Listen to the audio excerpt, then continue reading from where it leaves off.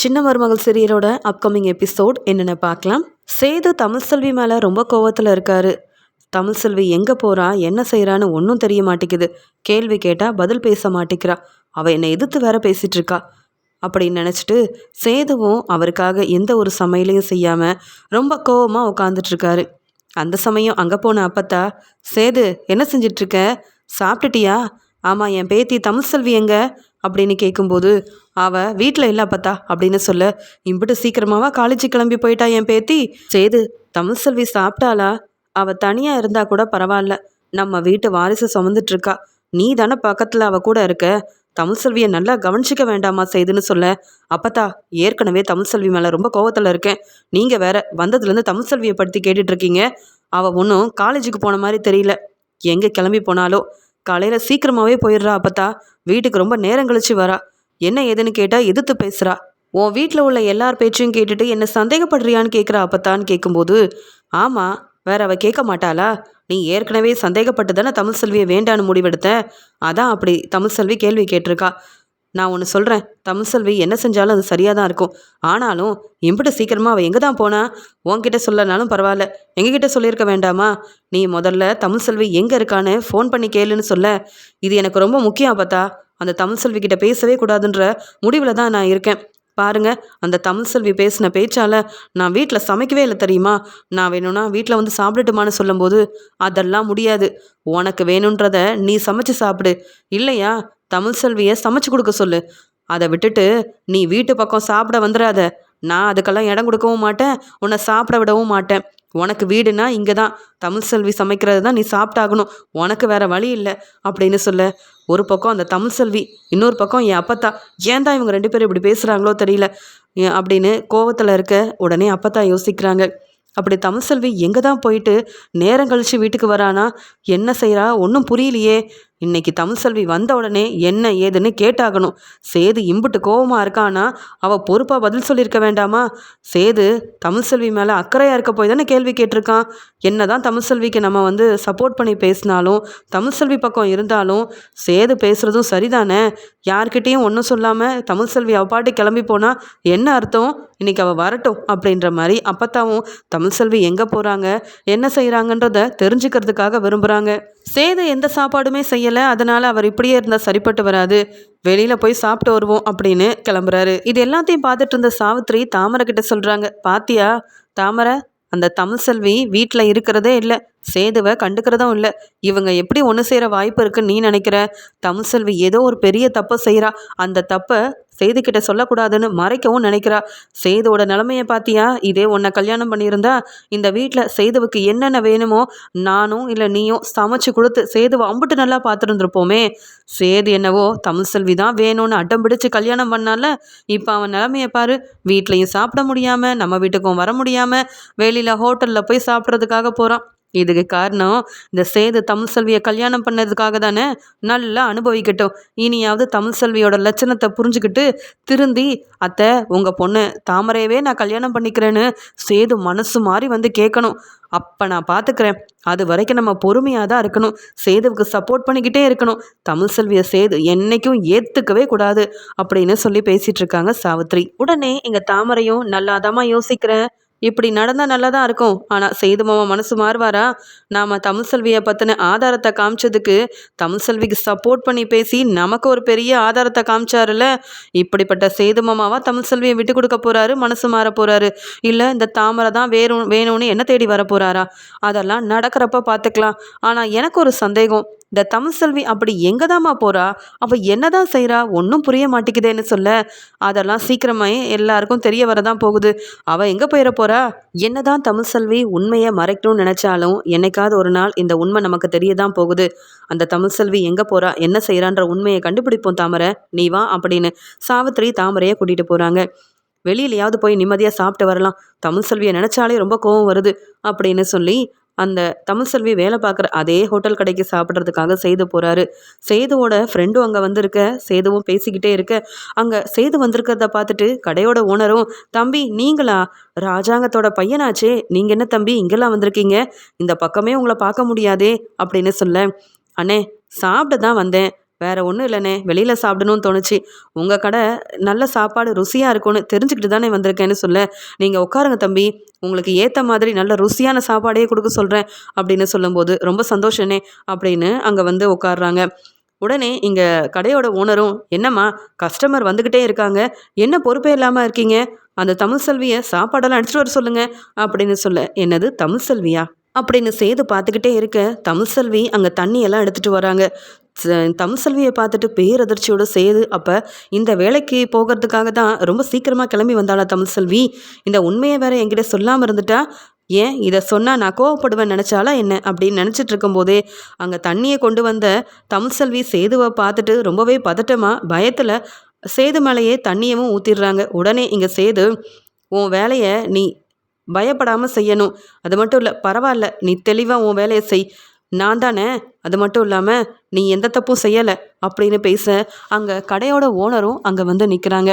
உடனே, என்னம்மா செஞ்சு வச்சுருக்க, இவர் யார் தெரியுமா, ராஜாங்க ஐயாவோட பையன், நீ என்ன வேலை செய்கிற, பொறுப்பாக எந்த வேலையும் செய்ய மாட்டியா, இப்படி தெளிவாக எந்த வேலையும் செய்யலைன்னா நாளையிலேருந்து நீ வேலைக்கே வர வேண்டாமா, என்ன சொன்னாலும் கேட்க மாட்டேங்கிறியே அப்படின்னு திட்ட ஆரம்பிக்கும் போது இங்கே உடனே தமிழ் செல்வியும், இல்லைனே நான் ஏதோ பதட்டத்தில் இப்படி பண்ணிட்டேனே, நான் சரியாக தானே வேலை செய்வேன் அப்படின்னு சொல்லிட்டு சேது சாப்பிட்றதுக்காக சாப்பாடு எல்லாத்தையும் கொண்டு வந்து வைக்கிறாங்க. கண் கலங்கி நிற்கிறாங்க தமிழ் செல்வி. இதை சேது பார்த்த உடனே புரிஞ்சுக்கிறாரு. தமிழ் செல்வி நம்மளை பார்த்துட்டு ரொம்பவே பதட்டமாக நிற்கிறான், நாம் இந்த பிரச்சனையை ஒன்றும் பெருசாக்க வேண்டான்னு சொல்லி நல்லா சாப்பிட்டுட்டு சேது அங்கே பணம் கொடுத்துட்டு வரும்போது கடையோட ஓனர்கிட்ட தமிழ் செல்விக்காக பேசுகிறாரு. தப்பாக நினைக்காதீங்க, வேலை பார்க்குறவங்களுக்கு நீங்கள் எவ்வளோ மதிப்பு மரியாதை கொடுக்குறீங்களோ அந்த மரியாதை தான் உங்களுக்கும் கிடைக்கும் அவங்கக்கிட்ட இருந்து. நீங்கள் சம்பளம் கொடுக்குறவராக இருக்கலாம், ஆனாலும் அவங்க ஏதோ தெரியாமல் செஞ்ச வேலைக்கு இப்படியா திட்டுறது, அவங்க ரொம்ப பாவம், மன்னிப்பு கேட்டாலும் தப்பு இல்லை, அவங்களுக்கு சரியாக சம்பளத்தை கொடுத்துருங்க, அவங்க சரியாக தான் அவங்க வேலையெல்லாம் செஞ்சிட்டு இருந்தாங்க, நீங்கள் பேசுகிற பேச்சில் தான் அவங்க பயந்துருப்பாங்கன்னு நினைக்கிறேன், யாரையும் இப்படி ஏளனமாக பேசாதீங்க அப்படின்னு தமிழ் செல்வியை பார்த்துக்கிட்டே அங்கே கடையோட ஓனர்கிட்ட பேசிட்டு உடனே இங்கே சேதுவும் கிளம்பி வர தமிழ் செல்வியும் அங்கே எல்லா வேலையவும் பார்க்குறாங்க. அங்கே வந்து சேது போனதுக்கப்புறமா கடையோட ஓனர் தமிழ் செல்வியை கூப்பிட்டு பேசுகிறாங்க. என்னை மன்னிச்சிருமா, நான் ஏதோ கோவத்தில் அப்படி பேசிட்டேன், இருந்தாலும் அவங்க முன்னாடி உன்னை திட்டிருக்கக்கூடாது, நீ என் கடையில் வேலை பார்க்குற, அதனால் நான் தப்பாக பேசியிருந்தேன், என்னை மன்னிச்சிருமா அப்படின்ற மாதிரி பேசிட்டு போக, அண்ணே பரவாயில்லண்ணே, எனக்கு நீங்கள் வேலை கொடுத்ததுனால தான் நான் படிக்கிறதுக்கு எனக்கு பணமே கிடைக்குது, நீங்கள் பேசுனதுலேயும் தப்பு இல்லை, நான் இனிமேல் தெளிவாக வேலையை பார்க்குறேனே, எந்த தப்பும் செய்ய மாட்டேனே அப்படின்னு சொல்ல தமிழ் செல்வி நல்லா வேலை செய்கிறத அங்கே வந்து புரிஞ்சுக்கிறாரு அந்த ஹோட்டல் கடையோட ஓனர். வீட்டுக்கு வந்த சேது தமிழ் செல்வி ஹோட்டல் கடையில் வேலை பார்த்ததெல்லாம் நினச்சி பார்க்குறாரு. நாம் எவ்வளோ தப்பாக நினச்சிட்டோம், ஈஸ்வரி சாவித்ரின்னு இவங்க தமிழ் செல்வி உனக்கு தெரியாமல் ஏதோ பெரிய தப்பு பண்ணுறான்னு சொன்னப்போ நானும் சந்தேகப்பட்டுட்டேனே, பாவம் தமிழ் செல்வி காலையில் சீக்கிரமாக கிளம்பி போகிறா, இங்கே வந்து காலேஜ் முடிச்சுட்டு வீட்டில் வந்து கொஞ்சம் கூட ரெஸ்ட் எடுக்க முடியாமல் ரொம்ப நேரம் கழித்து தான் வீட்டுக்கு வரா. நம்ம இதை புரிஞ்சிக்காம தமிழ் செல்வி எதிர்த்து பேசின உடனே கோவப்பட்டோம். ஏன் தமிழ் செல்வி வேலைக்கு போகிறா, அவளுக்காகவும் அவள் படிப்புக்காகவும் பணம் வேணுன்றதுக்காக தானே, இதை நம்ம கொஞ்சம் கூட யோசிக்காமல் இருந்துட்டோம். நாங்கள் 2 பேரும் ஒரே வீட்டில் இருக்கோம், ஆனால் தமிழ் செல்விக்கு என்ன ஒரு தேவை இருக்குன்னு நான் இத்தனை நாள் கண்டுக்காமல் தெரிஞ்சுக்காமல் இவ்வளோ கஷ்டப்படுத்திட்டேன் போலையே. நாளையிலேருந்து தமிழ் செல்வி அங்கே ஹோட்டல் கடைக்கு வேலைக்கெலாம் போக வேண்டான்னு நம்ம பேசாமல் சொல்லி பார்ப்போமே அப்படின்னு காலேஜிலேருந்து தமிழ் செல்வி வந்த உடனே இங்கே சேது சொல்கிறாங்க. தமிழ் செல்வி கொஞ்சம் நில்லு, உங்ககிட்ட நான் பேசணும்னு சொல்ல அமைதியாக தமிழ் செல்வி திரும்பி பார்க்கும்போது, நீ எதுக்கு அந்த ஹோட்டல் கடையில் போய் கஷ்டப்பட்டு வேலை பார்க்குற, இன்றைக்கி நீ அந்த கடையில் வேலை பார்க்குறன்னு எனக்கு பெருசாக எந்த கோபமும் இல்லை, நீ கஷ்டப்படக்கூடாதுன்னு மட்டும்தான் நினைக்கிறேன். நீ வேலை பார்த்து சம்பாதிச்சு உன் படிப்புக்காக தானே இதெல்லாம் செஞ்சிட்ருக்க, வேணும்னா நானே உன் படிப்பு செலவெல்லாம் ஏற்றுக்கிறேன். நீ இப்படிலாம் காலையில் சீக்கிரமாக போகிறது, இங்கே வந்து ரொம்ப நேரம் கழித்து வீட்டுக்கு வர்றதுன்னு ரெஸ்ட் எடுக்காமல் படிக்கணுன்றதுக்காக இவ்வளோ கஷ்டப்படணுமா என்ன? உனக்கு படித்து முன்னேறணும், உனக்கு நீ டாக்டர் ஆகணும், அது உன்னுடைய ஆசை, அதை நானே வந்து பணம் கொடுத்து உதவி செய்கிறேன், நீ படிப்ப நல்லபடியாக, ஆனால் இப்படி நீ வெளியில் வேலைக்கெலாம் போக வேண்டாம் அப்படின்னு சொல்ல உடனே தமிழ் செல்வி மெதுவாக சேதுவை பார்த்து, இது என் மேலே உள்ள அக்கறையில் பேசுகிறீங்களா, இல்லை உங்கள் குடும்பத்தில் உள்ளவங்க நான் இப்படி வேலைக்கு போனால் அவங்களுக்கு ஏதாவது தேவையில்லாத பிரச்சனை வரும்னு நினைக்கிறீங்களா, நான் செய்கிற வேலையால் உங்கள் குடும்பத்தில் உள்ளவங்க அவமானப்பட்டு நிற்பாங்கன்னு நீங்கள் நினச்சிங்கன்னா கண்டிப்பாக நீங்கள் சொல்கிறத என்னால் கேட்கவே முடியாது. ஏன்னா என் படிப்புக்காகவும் என் வாரிசுக்காகவும் நான் கஷ்டப்படாமல் யார் கஷ்டப்படுவாங்க? உங்களை கல்யாணம் பண்ணணும்னு நான் நினைக்கல, நீங்கள் விருப்பப்பட்டு என்ன கல்யாணம் பண்ணீங்க, ஆனால் இப்போ என்ன சந்தேகப்படுறீங்க, என்னை அவமானப்படுத்தி பேசுகிறீங்க, எனக்கு என்ன சொல்கிறதுன்னு தெரியல. உங்ககிட்ட நான் பணம் கேட்டு அந்த பணத்தை வாங்கி படித்தா கூட என்ன தான் தப்பாக பேசுவாங்க எல்லாரும். அதனால தான் நானே இப்படி ஹோட்டல் கடைக்கு வேலைக்கு போயிட்டுருக்கேன். இதெல்லாம் எனக்கு பெரிய தப்பாகவே தெரியலன்னு சொல்கிறாங்க. உடனே சேதுவும், நீ தப்பு செய்கிறதா நான் சொல்லவே இல்லை. இவ்வளோ கஷ்டப்பட்டு நீ அதுவும் மாசமாக இருக்கன்னு வேற அப்பத்தா வந்து உன்னை பார்த்துட்டு பேசிட்டு போகலாமேன்னு வந்தாங்க. அதுவும் நீ ஹோட்டல் கடையில் வேலை பார்க்குறேன்னு தெரிஞ்சா அப்பத்தா எவ்வளோ கஷ்டப்படுவாங்க. நான் சொல்கிறேன்ல, உன் படிப்பு செலவுக்கு நான் பணம் கொடுக்குறேன். நீ அந்த பணத்தை வச்சு நல்லபடியாக டாக்டருக்கு படிக்கலாம். ஆனால் நீ இவ்வளோ கஷ்டப்படுறத என்னால் பார்க்க முடியல அப்படின்னு சேது கண் கலங்கி பேச, தமிழ்செல்வி என்னது இது, சேதுவா இப்படிலாம் பேசுகிறாரு அப்படின்ற மாதிரி சந்தோஷமாக பார்க்குறாங்க. உடனே தமிழ்செல்வியும், பரவாயில்லைங்க, உண்மையாகவே என் மேலே உங்களுக்கு அக்கறை இருக்க தான் செய்யுது. நான் கொஞ்ச நாளைக்கு தான் இந்த வேலைக்கு போவேன். அதுக்கப்புறம் அங்கே மாமா வந்து பேசினாங்கல்ல என் காலேஜில், அதே மாதிரி நல்லபடியாக படித்து நான் மட்டும் முதல் மதிப்பெண் எடுத்துட்டேன்னா அப்புறம் என்ன, உங்கள் அப்பாவே எனக்கு வந்து உதவி செய்வாங்க படிக்கிறதுக்கு. அந்த பணம் கிடச்சா யார்கிட்டேயும் பணத்துக்காக நான் எதிர்பார்க்க வேண்டிய அவசியமே இருக்காது. நான் பார்த்துக்கிறேங்க அப்படின்னு சொல்லிட்டு போகிறாங்க. சரி தமிழ்செல்வி, என் பேச்சை தான் நீ கேட்கல. இம்புட்டு நேரம் கழித்து வேலையெல்லாம் முடிச்சு வந்திருக்க, கஷ்டப்பட்டு வேலை செஞ்சுட்டு வந்திருக்க. இனி நீ சமைச்செல்லாம் சாப்பிட வேண்டாம். உனக்கும் சேர்த்து தான் நான் சமைச்சு வச்சுருக்கேன். நான் சமைக்கிறதோ உனக்கு சாப்பாடு கொடுக்குறதோ உனக்கு பிடிக்காதுன்னு தெரியும். ஏன்னா நான் எப்படி உன் மேலே கோவமாக இருந்தனோ அதே மாதிரி என் மேலே கோவமாக இருப்பேன்னு தெரியும். இருந்தாலும் நீ இன்னைக்கு நான் சமைச்சதை சாப்பிட்றியா, உனக்காகவும் தான் சமைச்சிருக்கேன்னு சொல்லும்போது, உண்மையாவா, எனக்காகவுமா சமைச்சிருக்கீங்கன்னு கேட்குறாங்க. ஆமாம், நீ படுற கஷ்டத்தை பார்த்துட்டு இனி வீட்டு வேலையெல்லாம் உனக்காக நானே பார்க்கலான்னு நினச்சிட்ருக்கேன். பெருசாக நான் இந்த வேலையும் செய்கிறதில்ல. ஆனால் நீ படித்து முடிக்கணும், நல்லபடியாக நீ முன்னேறணும், பெரிய டாக்டர் ஆகணும். அதுக்காக என்னால் முடிஞ்ச உதவி, இதை நீ ஏற்றுப்பலன்னு சொல்ல தமிழ்செல்வி சந்தோஷமாக சாப்பிட உட்காடுறாங்க.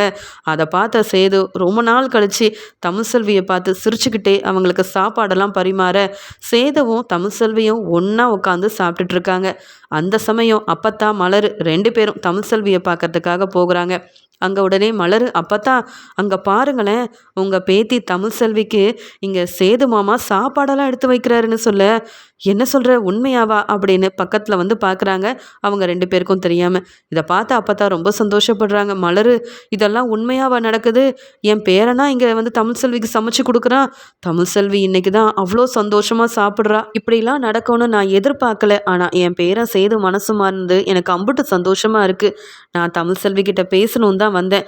அவள் எதுக்கு இம்பிட்டு சீக்கிரமாக வெளியில் கிளம்பி போகிறான்னு சேது பேச்சை கேளு தமிழ்செல்வின்னு சொல்லிட்டு போகலாமேன்னு வந்தேன். இவங்க 2 பேரும் ஒன்று சேர்ந்ததுக்கப்புறமா நான் எதுக்கு அவங்களோட விஷயத்தில் தலையிடணும்? இனி தமிழ்செல்வியே எல்லாத்தையும் பார்த்துப்பா. நீ வா மலர், நம்ம போவோம். இப்போ தான் அவங்க சந்தோஷமாக கொஞ்சம் கொஞ்சமாக ஒருத்தர் புரிஞ்சுக்கிட்டு ஒன்று சேர ஆரம்பிச்சிருக்காங்க. இதில் நாம் எதுக்கு இங்கே இருக்கணும் அப்படின்னு மலர்கிட்ட சொல்லி உடனே அங்கேருந்து அப்பத்தாவும் மலரும் கிளம்புறாங்க. உடனே தமிழ்செல்வி சொல்கிறாங்க, பரவாயில்லைங்க, நீங்கள் சமைச்சது எனக்கு ரொம்ப பிடிச்சிருக்கு தெரியுமான்னு சொல்ல, ஆமாம், நீ சாப்பிட்ட உடனே அப்படியே போய் வாமிட் பண்ணிடுவேன். ஆனால் இப்போ சாப்பிட்ட உடனே ருசியாக இருக்குன்னு சொல்கிற. உன் அளவு எனக்கு சமைக்க தெரியாது. ஆனால் நீ கஷ்டப்பட்டு வேலை செஞ்சுட்டு வரியா, நீ சரியாக சாப்பிட்றதும் இல்லை, படிச்சுட்டு அப்படியே வந்து ரெஸ்ட் எடுக்க போயிடுற. அதனால தான் இன்றைக்கி உனக்காக நான் சமைச்சு வச்சேன். நாளைக்கு என்ன வேணும்னு சொல்லு, நானே உனக்காக சமைச்சு கொடுக்குறேன். உன் மேலே எனக்கு ரொம்ப கோவம் இருந்தது.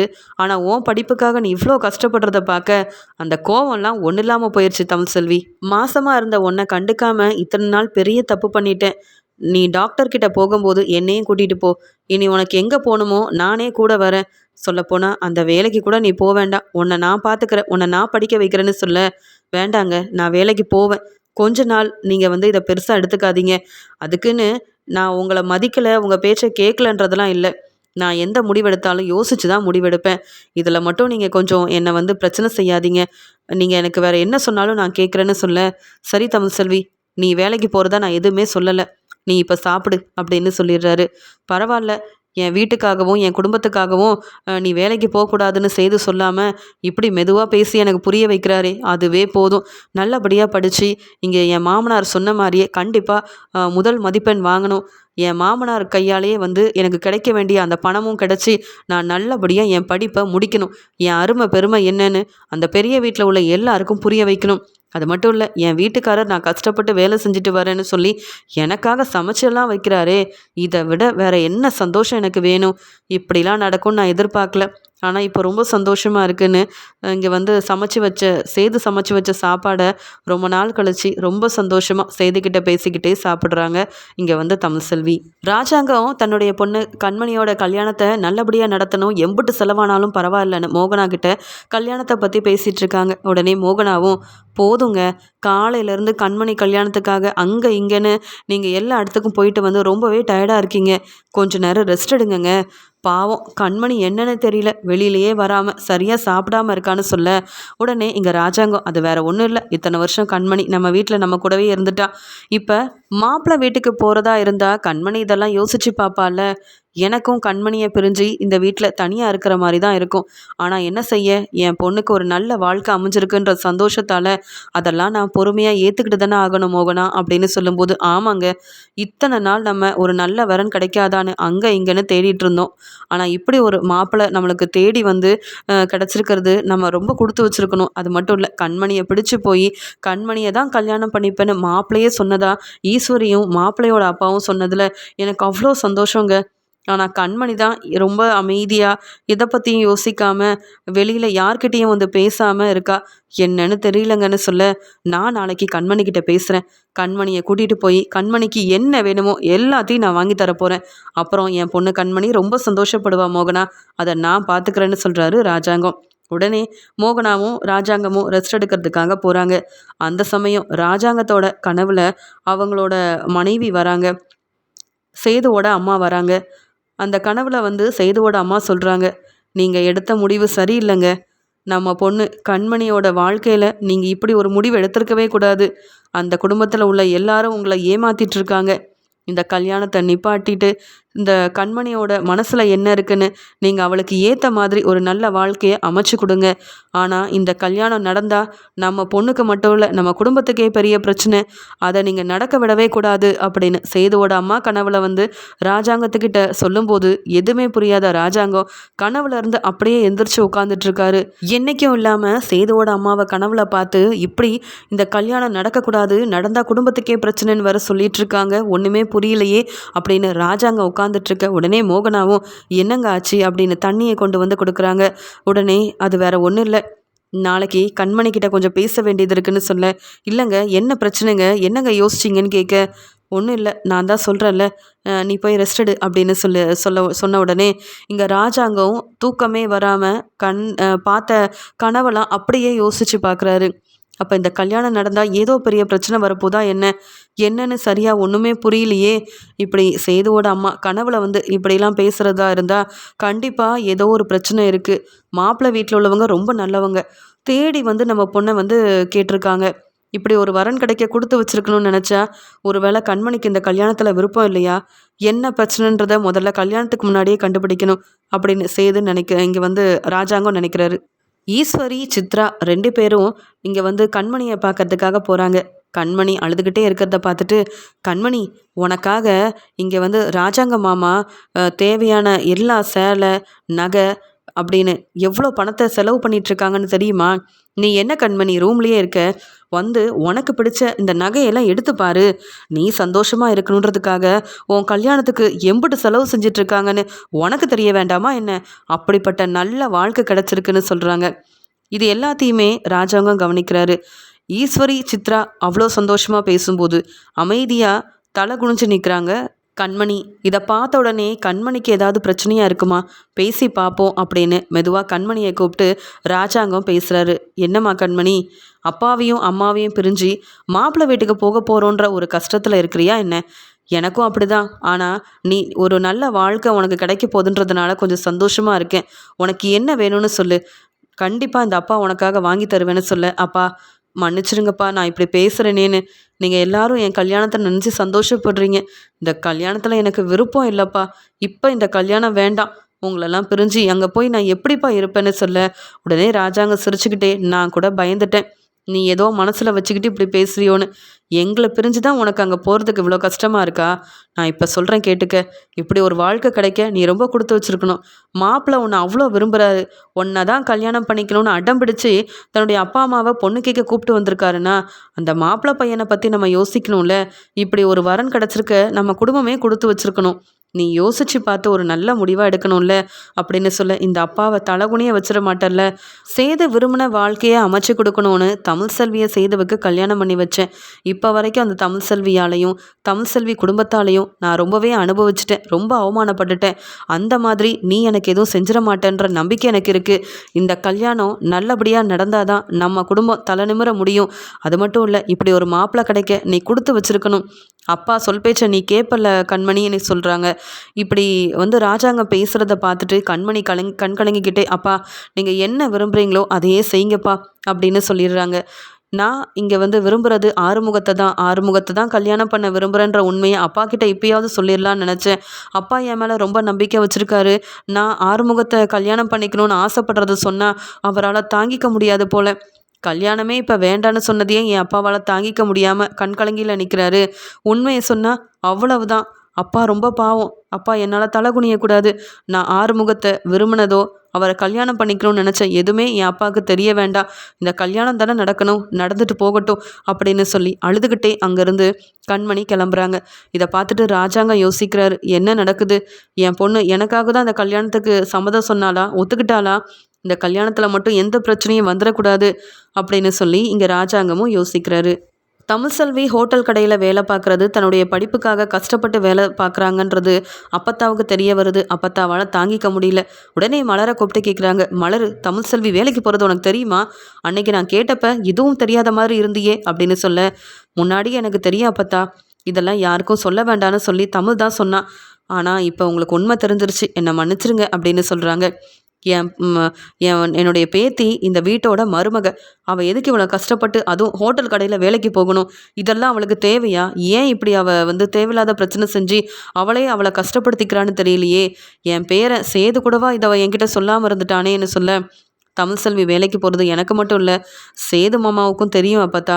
இந்த பிரச்சனையை பெருசாக்காதீங்க. எல்லாருக்கும் தெரிஞ்சா கண்டிப்பாக இங்கே கண்மணி கல்யாணம் வேற இருக்குது, தமிழ்செல்வியை ரொம்பவே அவமானப்படுத்திடுவாங்க அப்பத்தா அப்படின்னு மலர் சொல்லிட்டு இருக்காங்க. ஹோட்டல் கடையில் வேலையை முடிச்சுட்டு என்னைக்கும் இல்லாமல் ரொம்ப சீக்கிரமாக தமிழ்செல்வி வராங்க. வந்தது மட்டும் இல்லாமல் இங்கே சேது எங்கன்னு தேடுறாங்க. உடனே அப்பத்தாவும், இங்கே வா தமிழ், என்ன செஞ்சு வச்சிருக்கேன்னு கேட்க, அப்பத்தா என்னை நீங்கள் திட்டுறதா இருந்தாலும் திட்டுங்க, நான் செஞ்சது தப்பு தான், நான் வேலைக்கு போகிறத உங்ககிட்ட சொல்லலை. ஆனால் இந்த வீட்டு மாப்பிள்ளையை பற்றி இப்போ தான் எனக்கு ஒரு உண்மையே தெரிய வந்தது அப்படின்னு சொல்லும்போது, என்னது இந்த வீட்டு மாப்பிள்ளையை பற்றி என்ன உண்மை உனக்கு தெரியும்? நீ மாப்பிள்ளையே பார்த்ததே இல்லை அப்படின்னு சொல்கிறாங்க. நான் மாப்பிள்ளையே பார்த்ததில்ல, ஆனால் கருப்பண்ணன் தான் இந்த விஷயத்த எனக்கு சொன்னாங்க. கண்மணிக்கு பார்த்த மாப்பிள்ளை இங்கே சரியில்லை, இந்த மாப்பிள்ளையவா சரியாக விசாரிக்காமல் கண்மணிக்கு பார்த்துருக்காங்க அப்படின்னு சொன்னாங்க. எனக்கு ஒன்றுமே புரியல அப்பத்தா அப்படின்னு சொல்ல, நீ என்ன சொல்கிற தமிழ்? கருப்பு என்ன உண்மையை கண்டுபிடிச்சானா அப்படின்னு சொல்ல, மாப்பிள்ளை நிறைய ஹோட்டலுக்கு ஓனராக இருக்காரு, பெரிய பெரிய பிஸ்னஸ் செய்கிறதுலாம் உண்மை. ஆனால் அந்த ஹோட்டலுக்கு வர எல்லார்கிட்டையும் அவர் செய்கிற வேலையெல்லாம் உங்களுக்கு தெரியுமா? அது மட்டும் இல்லை, அவர் மேலே நிறைய பொண்ணுங்க கம்ப்ளைண்ட் கொடுத்துருக்காங்களாம். இப்போ தான் தெரிய வந்தது. அந்த மாப்பிள்ளைய கருப்பண்ணனுக்கு ரொம்ப நல்லா தெரியுமாமே, அதனால தான் மாப்பிள்ளைய பற்றி சொன்னார். மலரக்கா, நீங்கள் மாப்பிள்ளையை பார்த்துருக்கீங்கல்ல அப்படின்னு சொல்ல, ஆமாம், அன்னைக்கு கூட நான் கல்யாணம் பண்ணால் கண்மணியை தான் கல்யாணம் பண்ணிப்பேன்னு பேசினாரே, ரொம்ப நல்லவராக தான் எங்களுக்கு தெரிஞ்சார். அது மட்டும் இல்லை, அதனால தான் யாருமே அந்த குடும்பத்தை பற்றி விசாரிக்கல. ஏன்னா இந்த சம்மந்தத்தை கொண்டு வந்ததே ஈஸ்வரியாச்சே, அப்புறம் எப்படி விசாரிக்க முடியும்? அவங்க மேலே உள்ள நம்பிக்கையில் கல்யாண ஏற்பாடெல்லாம் செஞ்சிட்ருக்காங்க தமிழ். நீ என்ன பேசுகிறேன்னு கேட்க, கற்பனை பொய் சொல்ல மாட்டாருன்னு உங்களுக்கு தெரியும்ல. கண்மணியோட வாழ்க்கை நல்லா இருக்கணும்னா இந்த கல்யாணத்தை முதல்ல நிப்பாட்டணும் அப்பத்தான்னு சொல்ல, என்ன தமிழ் இப்போ இப்படிலாம் பேசிகிட்டு இருக்க? முன்னாடியே சேது மூலமாக இந்த உண்மையெல்லாம் கண்டுபிடிச்சிருக்கலாம், இல்லை அந்த குடும்பத்தை பற்றி விசாரிச்சிருக்கலாம். இப்படியா கல்யாணத்தில் பிரச்சனை வரணும்? இப்போ போய் இந்த கல்யாணத்தை நிப்பாட்டினா தெரிஞ்சவங்க சொந்தக்காரங்க நம்மளை பற்றி என்ன நினைப்பாங்க? கண்மணியோட வாழ்க்கை நல்லா அமைய போதுன்னு நினச்சேனே, இதை முதல்ல ராஜாங்கத்துக்கிட்ட சொல்லணும். அந்த குடும்பத்தை பற்றி விசாரித்து ஒருவேளை அந்த மாப்பிள்ளை தப்பு பண்ணியிருந்தா அவனை சும்மா விடக்கூடாது அப்படின்னு அப்பத்தா சொல்கிறாங்க. உடனே அப்பத்தா தமிழ்செல்வியை கூட்டிகிட்டு ராஜாங்க முன்னாடி போய் நிற்க, ராஜாங்கம் சன்னாசிக்கிட்ட பேசிகிட்டு இருக்காங்க. அம்மா என்னம்மா ரொம்ப பதட்டமாக நிற்கிறீங்க, முதல்ல உட்காருங்கம்மா அப்படின்னு சொல்லிட்டு, மோகனா இங்கே வா, அம்மாவை எதுக்கு அங்கே தனியாக உட்கார வச்சுருக்க, முதல்ல தண்ணி எடுத்துகிட்டு வா அப்படின்னு சொல்ல, ராஜாங்கம் அதெல்லாம் இருக்கட்டும், நம்ம வீட்டு மருமக தமிழ்செல்வி என்னென்னவோ சொல்கிறா, எனக்கு ஒன்றுமே புரிஞ்சுக்க முடியல. கண்மணிக்கு பார்த்த மாப்பிள்ளை நல்லவர் இல்லையா, நிறைய பேரை ஏமாத்திருக்காராம். அதனால நிறைய பேர் இந்த கண்மணிக்கு பார்த்த மாப்பிள்ளை மேலே கம்ப்ளைண்ட் கொடுத்துருக்காங்களாம். இதெல்லாம் உனக்கு தெரியுமான்னு கேட்க, யாரு இந்த தமிழ்செல்வி சொன்னாளா? என்ன இந்த வீட்டில் நல்லது நடக்கக்கூடாது, இந்த கண்மணிக்கு ஏற்ற கல்யாணம் நடக்கவே கூடாதுன்னு தமிழ்செல்வி நினைக்கிறாளா? ஏன் இந்த கண்மணியும் இவ குடும்பத்தில் உள்ளவங்களும் நமக்கு செய்யாத பிரச்சனையா என்ன? அது எப்படிமா நீங்கள் போய் இந்த தமிழ்செல்வியை நம்புறீங்க அப்படின்னு ராஜாங்க முதல்ல தமிழ்செல்வியை நம்பாமல் கேள்வி கேட்க, உடனே தமிழ்செல்வி அழுதுகிட்டே, மாமா எங்கள் அப்பா செஞ்ச பிரச்சனைக்கு உங்ககிட்ட நான் மன்னிப்பு கேட்டுட்டேன். எங்கள் அப்பாவை போலீஸ்லேயும் மாட்டி விட்டுட்டேன். நான் கண்மணியோட வாழ்க்கை நல்லா இருக்கக்கூடாதுன்னு நினைப்பேனா? உண்மை என்னவோ அதை தான் நான் சொல்லிட்டு இருக்கேன். கருப்பண்ணனை பற்றி உங்களுக்கு தெரியும். அவர் என்னைக்காவது பொய் சொல்லியிருக்காரா? அவர் உண்மையை தான் தெரிஞ்சுட்டு வந்து எனக்கு ஃபோன் பண்ணி சொன்னார். அது மட்டும் இல்லை மாமா, மாப்பிள்ளையை பற்றி நீங்கள் விசாரிக்கலனா அப்புறம் கண்மணியை கல்யாணம் பண்ணி கொடுத்துட்டு நீங்கள் தான் பிரச்சனையில் மாட்டிப்பீங்க. நம்ம குடும்பமே அவமானப்பட்டு நிற்கும். என்ன உங்களுக்கு பிடிக்காது. நான் இந்த வீட்டுக்குள்ளேயே வரக்கூடாது தானே. ஆனாலும் எனக்கு வேற வழி இல்லை மாமா. உண்மை தெரிஞ்ச உடனே நான் அப்படியே கிளம்பி வந்துட்டேன் தெரியுமா. உங்களுக்கு இது தெரியணும். இந்த கல்யாணம் நடக்கக்கூடாது மாமா அப்படின்னு தமிழ்செல்வி சொல்லும்போது உடனே சன்னாசியும், என்னம்மா தமிழ், நீ சொல்றது உண்மையா? மாப்பிள்ளை வீட்டில் உள்ளவங்க இப்படிப்பட்டவங்களா? மாப்பிள்ளை நீ சொல்ற மாதிரி நல்லவரே இல்லையா? நீ சொல்கிறத நம்பவும் முடியல, நம்பாமல் இருக்கவும் முடியல. ஆனால் கருப்பு என்றைக்கும் பொய் சொல்ல மாட்டானே. அவன் இந்த வீட்டில் இல்லைனாலும் நம்ம வீட்டு மேலே அம்புட்டு அக்கறை உள்ளவன் கருப்பு. கண்டிப்பாக அண்ணே விசாரிச்சுட்டு அதுக்கப்புறமா கல்யாணத்துக்கு எல்லாமே நம்ம ஏற்பாடு செய்யலானே. தமிழ்செல்வி இப்படி வந்து சொல்லும்போது உண்மையாக என்னென்னு தெரிஞ்சுக்க வேண்டாமான்னு சொல்ல, அப்போ தான் இங்கே ராஜாங்கம் யோசிக்கிறாரு. ஏற்கனவே சேதுவோட அம்மா கனவுல வந்து பேசினாங்க. அப்போவே எனக்கு இந்த கல்யாணத்தில் பிரச்சனை வரும்னு சந்தேகம் வந்தது. இதில் என் பொண்ணு கண்மணிக்கும் இந்த கல்யாணம் பிடிக்கலன்னு சொல்லிட்டு இருக்கா. இங்கே தமிழ்செல்வி இப்படி வந்து மாப்பிள்ளை வந்து ஏதோ பிரச்சனை செஞ்சிட்டாரு, நிறைய பேர் மாப்பிள்ளை மேலே கம்ப்ளைண்ட் கொடுத்துருக்காங்க அப்படின்னு தமிழ்செல்வி சொல்கிறா. என்ன ஏதுன்னு விசாரிச்சா தப்பு இல்லை அப்படின்னு ராஜாங்கம் நினைக்கிறாங்க. கல்யாணத்துக்கு முன்னாடி உண்மை என்னன்னு தெரிஞ்சுக்கணும். ஈஸ்வரியை நம்புறதை விட நாம் உண்மை என்னன்னு தெரிஞ்சுக்கிறது தான் ரொம்ப முக்கியம் அப்படின்னு சன்னாசியும் ராஜாங்கமும் உடனே மாப்பிள்ளை வீட்டில் உள்ளவங்களை பற்றி விசாரிக்கவும் மாப்பிள்ளை எப்படிப்பட்டவர்னு தெரிஞ்சுக்கிறதுக்காகவும் கிளம்புறாங்க. இது ஈஸ்வரிக்கு தெரிய வந்த உடனே தமிழ்செல்வியை திட்ட ஆரம்பிக்கிறாங்க. என்ன தமிழ் நீ, உன்னை நான் வந்து என் பொண்ணாக தான் பார்க்குறேன். நீ இந்த வீட்டுக்கு சீக்கிரமாக மருமகளாக வரணும்னு நினச்சிட்ருக்கேன். ஆனால் நீ என்னடானா நான் பார்த்த அந்த மாப்பிள்ளை நல்லவரே இல்லைன்னு எல்லாருக்கிட்டையும் சொல்லிகிட்டு இருக்க. நான் பார்த்த மாப்பிள்ளை எவ்வளோ நல்லவர்னு எல்லாருக்கும் தெரியும், அதுவும் உனக்கும் புரியும்னு சொல்ல உடனே சித்ராவும், அம்மா அது வேற ஒன்றும் இல்லைம்மா, நம்மளை அவமானப்படுத்த தமிழ்செல்வி இப்படி யோசிக்கிறா, திட்டம் போடுறா, இந்த வீட்டுக்கு மருமகளாக வரணும்னு நினைக்கிறா போல. அன்னைக்கே இந்த வீட்டுக்குள்ளே வந்திருக்கலாமே, எனக்கு உரிமை இருக்குன்னு. ஏன் தமிழ்செல்வி, எங்கள் அம்மா பார்த்த மாப்பிள்ளையவே நல்லவர் இல்லைன்னு சொல்கிறல்ல, யார் போய் விசாரித்தாலும் உண்மை என்னன்னு தெரிய வரும். இந்த கல்யாணம் கண்டிப்பாக நடக்கும் அப்படின்னு சொல்கிறாங்க. அதுக்குடனே தமிழ்செல்வி, உங்களை அவமானப்படுத்தணும்னு இப்படி நான் நினைக்கல. கண்மணியோட வாழ்க்கையில் பிரச்சனை வரக்கூடாதுன்னு தான் நான் இப்படி சொன்னேன் அப்படின்னு சொல்லிட்டு போகிறாங்க. உடனே ஈஸ்வரியும், என்ன சித்ரா, நம்ம நினச்சது ஒன்று நடக்கிறது ஒன்றா இருக்குது. தமிழ்செல்வி இடையில வந்து ஏதோ பிரச்சனைன்ற மாதிரி சொல்லிட்டாலே, அதுலேயும் ராஜாங்க மாமா கிளம்பி போயிருக்காரு. இன்னைக்கு மாட்டிக்கிட்டோன்னு வை, அவ்வளவுதான். நான் விசாரிக்கும் போது மாப்பிள்ளை ரொம்ப நல்லவர்னு யாராவது சொல்லிட்டா அப்புறம் எந்த பிரச்சனையும் இல்லாமல் இந்த கல்யாணத்தை நடத்திடலாம். கல்யாணம் நடந்தால் தான் நம்ம எதிர்பார்த்த பணம் கிடைக்கும். அப்போ தான் நம்ம இவங்க கிட்டேருந்து எவ்வளோ பணம் வாங்க முடியுமோ முடிஞ்ச அளவு வாங்கலாம். ஆனால் இங்கே நடக்கிறத பார்த்தா நான் நினச்சது எதுவுமே நடக்காது போலையே அப்படின்ற மாதிரி ஈஸ்வரி ரொம்பவே பதட்டமாக இருக்காங்க. என்ன ஏதுன்ற உண்மையை தெரிஞ்சுக்கணும் அப்படின்னு மாப்பிள்ளை வீட்டுக்கு முதல்ல போய் பார்ப்போன்னு கிளம்பி போகிறாரு ராஜாங்கம். அந்த சமயம் மாப்பிள்ளையோட அப்பாவையும் மாப்பிள்ளையவும் போலீஸ் வெளுத்து வாங்கி பலார்னு வெளுத்து வாங்கி எல்லாரும் முன்னாடியும் அங்கேருந்து கூட்டிகிட்டு போக, இதை பார்த்துட்டு ராஜாங்கம் சன்னாசி 2 பேருமே பேரதிர்ச்சியோடு நிற்க, உடனே ராஜாங்கமும், என்னாச்சு, என்ன நடக்குதுன்னு கேட்க, ஆமாண்ணே, மாப்பிள்ளைய வெளுத்து வாங்கியில் போலீஸ் கூட்டிகிட்டு போகிறாங்க, தப்பு செய்யாமல் இப்படிலாம் நடக்காதுல்லண்ணே, தமிழ்செல்வி சொன்னது உண்மைதான் போல அப்படின்னு சொல்ல, அங்கே ராஜாங்கம் வந்திருக்கிறத பார்த்துட்டு மாப்பிள்ளை வீட்டில் உள்ள எல்லாரும் தலை குனிஞ்சு நிற்கிறாங்க. அங்கே வந்த போலீஸும் ராஜாங்கத்தை பார்த்துட்டு, ஐயா நீங்களா அப்படின்னு கேட்க, என்ன பிரச்சனை அப்படின்னு சொல்லும்போது, இந்த மாப்பிள்ளை நல்லவரே இல்லை, இவர் வந்து பிஸ்னஸ் செய்கிறேன்னு சொல்லி நிறைய பேரை ஏமாத்திருக்காரு. அதனால் இந்த ஆள் மேலே நிறைய பேர் கம்ப்ளைண்ட் கொடுத்துருக்காங்க. விசாரிக்கிறதுக்காக கூட்டிகிட்டு போகலான்னு நினச்சா என்னென்னவோ பேசுனாங்க. அது மட்டும் இல்லாமல் செஞ்ச தப்பை மறைக்க பார்க்குறாங்க. அதனால தான் கூட்டிகிட்டு போகிறோம், நல்லா வெளுத்து வாங்கி அப்படின்னு சொல்ல, நல்ல வேலை தமிழ்செல்வி சொன்ன உண்மையால் இங்கே வந்து என்ன ஏதுன்னு தெரிஞ்சுக்கிட்டோம். அது மட்டும் இல்லை, மாப்பிள்ளையோட லட்சணம் இதுதானும் புரிய வந்தது. இல்லைனா இவங்க பொய் சொல்லிட்டு வெளியில் வந்து கண்மணியை கல்யாணம் பண்ணியிருந்தாலும் இப்படி தானே நம்ம குடும்பமே அவமானப்பட்டு நின்றுப்போம். இனி இந்த மாப்பிள்ளை வெளியில் வந்தாலும் இவருக்கும் கண்மணிக்கும் கல்யாணம் நடக்கவே நடக்காது. நீ வா சன்னாசி, தெரிஞ்ச வரைக்கும் போதும். அதான் மாப்பிள்ளையை பற்றி ரொம்ப நல்லா தெரிஞ்சுக்கிட்டோமே. இப்படிப்பட்ட ஒருத்தருக்கு என் பொண்ணு கண்மணியை நான் என்றைக்கும் கல்யாணம் பண்ணி கொடுக்கவே மாட்டேன். நல்ல வேலை தமிழ்செல்வி வந்து உண்மையை சொல்ல வந்தப்போ கூட நான் பெருசாக இதை வந்து மாப்பிள்ளை குடும்பத்துக்கு தான் சப்போர்ட் பண்ணேன். ஆனால் இப்போ நான் நேர்லேயே பார்த்துட்டேன், என்ன உண்மைன்னு புரிஞ்சுக்கிட்டேன், வா அப்படின்னு சொல்லி சன்னாசியை கூப்பிட்டுட்டு ரொம்ப கோவமாக வீட்டுக்கும் வர, உடனே ஈஸ்வரி அங்கே வந்து மாமா மாமா இந்த தமிழ்செல்வி சொன்னதெல்லாம் உண்மையே இல்லை மாமா, மாப்பிள்ளை வீட்டில் உள்ளவங்க ரொம்ப நல்லவங்க மாமா, நீங்கள் என்ன மாமா தமிழ்செல்வி பேசுகிறத கேட்டு சந்தேகப்பட்டு விசாரிக்க வர கிளம்பி போயிட்டீங்க, இதெல்லாம் மாப்பிள்ளை குடும்பத்துக்கு தெரிஞ்சால் எவ்வளோ பிரச்சனையாகும், எவ்வளோ வந்து நம்ம அவமானப்பட்டு நிற்க வேண்டியதாயிரும், மாப்பிள்ளை ரொம்ப நல்லவர், அதனால தான் கண்மணியை விரும்பி கல்யாணம் பண்ணிக்கணும்னு உங்ககிட்ட வந்து பொண்ணு கேட்டாரு, என்னமாமா நீங்கள் அப்படின்னு சொல்ல, போதும் ஈஸ்வரி, நீ இத்தனை நாள் எதுக்காக ஏமாத்துறன்றத நல்லா புரிஞ்சுக்கிட்டேன், மாப்பிள்ளை எப்படிப்பட்டவர்னு நானும் இங்கே சன்னாசியும் பார்த்துட்டு தான் வந்திருக்கோம் அப்படின்னு சொல்ல, போலீஸ் கூட்டிகிட்டு போகிறத பார்த்துட்டு அங்கே மாப்பிள்ளையவும் மாப்பிள்ளை அப்பாவையும் ராஜாங்கம் வெளுத்து வாங்கியிருப்பாரு. அந்த சமயம் இந்த பிரச்சனைக்கெல்லாம் காரணம் ஈஸ்வரி தான் மாப்பிள்ளையோட அப்பா உண்மையவும் சொல்லியிருப்பாரு.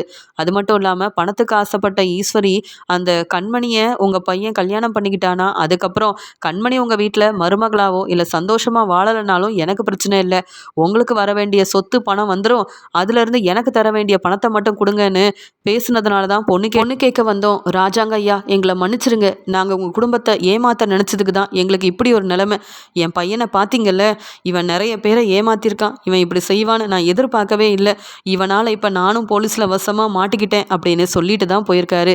இது எல்லாமே சன்னாசிக்கும் ராஜாங்கத்துக்கும் தெரிஞ்சதால அவங்க செஞ்ச தப்பால் அவங்க மாட்டிக்கிட்டாங்க. ஆனால் ஈஸ்வரி பணத்துக்கு ஆசைப்பட்டு இப்படி என் பொண்ணோட வாழ்க்கையில் பிரச்சனை வந்தாலும் பரவாயில்லன்ற ஒரு முடிவெடுத்து குடும்பத்தை ஏமாற்ற பார்த்தால அப்படின்னு நினச்சிட்டு இங்கே வந்து ஈஸ்வரி பேசிகிட்டு இருக்கும்போதே ரொம்ப கோவமாக, சன்னாசி இதுக்கு மேலே ஈஸ்வரி ஏதாவது பேசுனா அவ்வளவுதான் அப்படின்னு சொல்ல, அங்கே தமிழ்செல்வி அப்பத்தா சேதுன்னு எல்லாரும் வந்து நிற்கிறாங்க.